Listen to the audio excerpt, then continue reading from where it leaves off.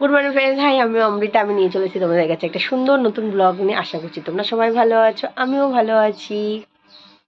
ওই ধরো 7:35, এখন 7:35 বাজে। এখন থেকে আমি আমার ব্লগটা শুরু করেছি। আজকে অনেক তাড়াতাড়ি ঘুম থেকে উঠেছি, বলতে গেলে 6টা।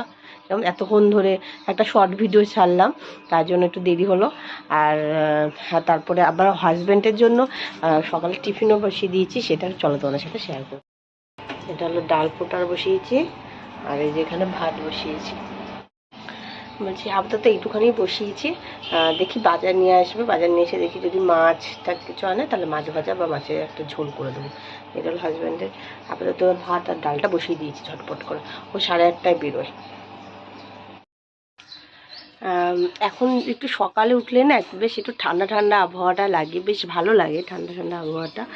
মানে মানে হয় না, গায়ে একটা হালকা কিছু গায়ে দিলে না বেশ ভালো লাগে, সেরকমই হয়েছে এখন আবহাওয়াটা। এখনও আমাদের এখানে অতটা ভালো শীত পড়েনি, কিন্তু সকালবেলার একটা ঠান্ডা হাওয়াটা আছে। কারণ আমাদের ঘরে এখনও ফ্যান চলছে, তোমরা দেখতে পাচ্ছ কিনা জানি না। এই দেখো, এখন আমাদের ঘরে ফ্যান চলছে, কারণ আমাদের এখনও পুরোপুরি ঠান্ডাটা পড়েনি, এখন একটু গরম গরম ভাব আছে। তাই ওই সকালবেলা একটু হালকা মানে ঠান্ডা লাগে। তোমাদের বাইরের ওয়েদারটা দেখাচ্ছি। এই দেখো বাইরের ওয়েদারটা দেখো, হালকা একটা রোদ ওই গাছটার মধ্যে এসে পড়েছে, বেশ ভালো লাগছে, তাই না বলো? দেখো, এটা আমার না একটা পার্ক। আমার এই যে আজকে আমাদের মাছ বাজার হলো, এটা পোয়া ভোলা মাছটা, বেশ ভালো ফ্রেশ। দেখো, এই মাছটা খেতে না আমার ভীষণ ভালো লাগে। এই মাছটা মানে বন্ধুরা, এই মাছটা খেতে, পোয়া ভোলা মাছটা খেতে আমার ভীষণ ভালো লাগে। আর একটা হলো লোটে মাছ, উফ দুর্দান্ত লাগে, দুর্দান্ত। লোটে মাছটা খেতে আরও বেশি ভালো লাগে। তোমাদের কার কার আমার মতন এই দুটো মাছ খেতে বেশি ভালো লাগে, প্লিজ আমাকে কমেন্ট বক্সে জানিও।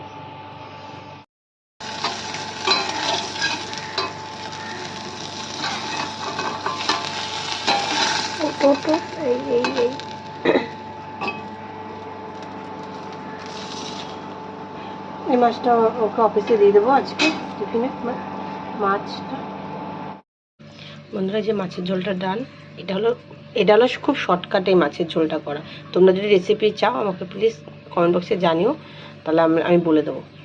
যারা হাজব্যান্ড অফিস করে ধরো, তারা যদি জানতে চায় যে শর্টকাটে মাছের ঝোল, এই রেসিপিটা খুব শর্টকাটে, ভালোও লাগে খেতে।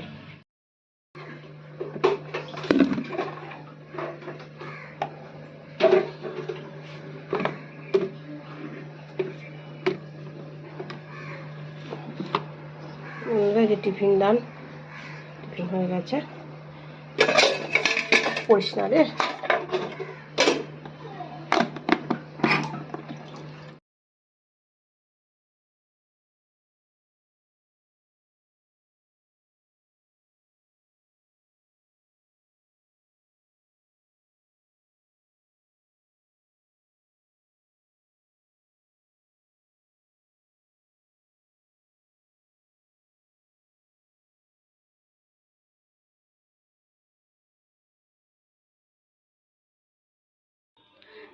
Good evening friends.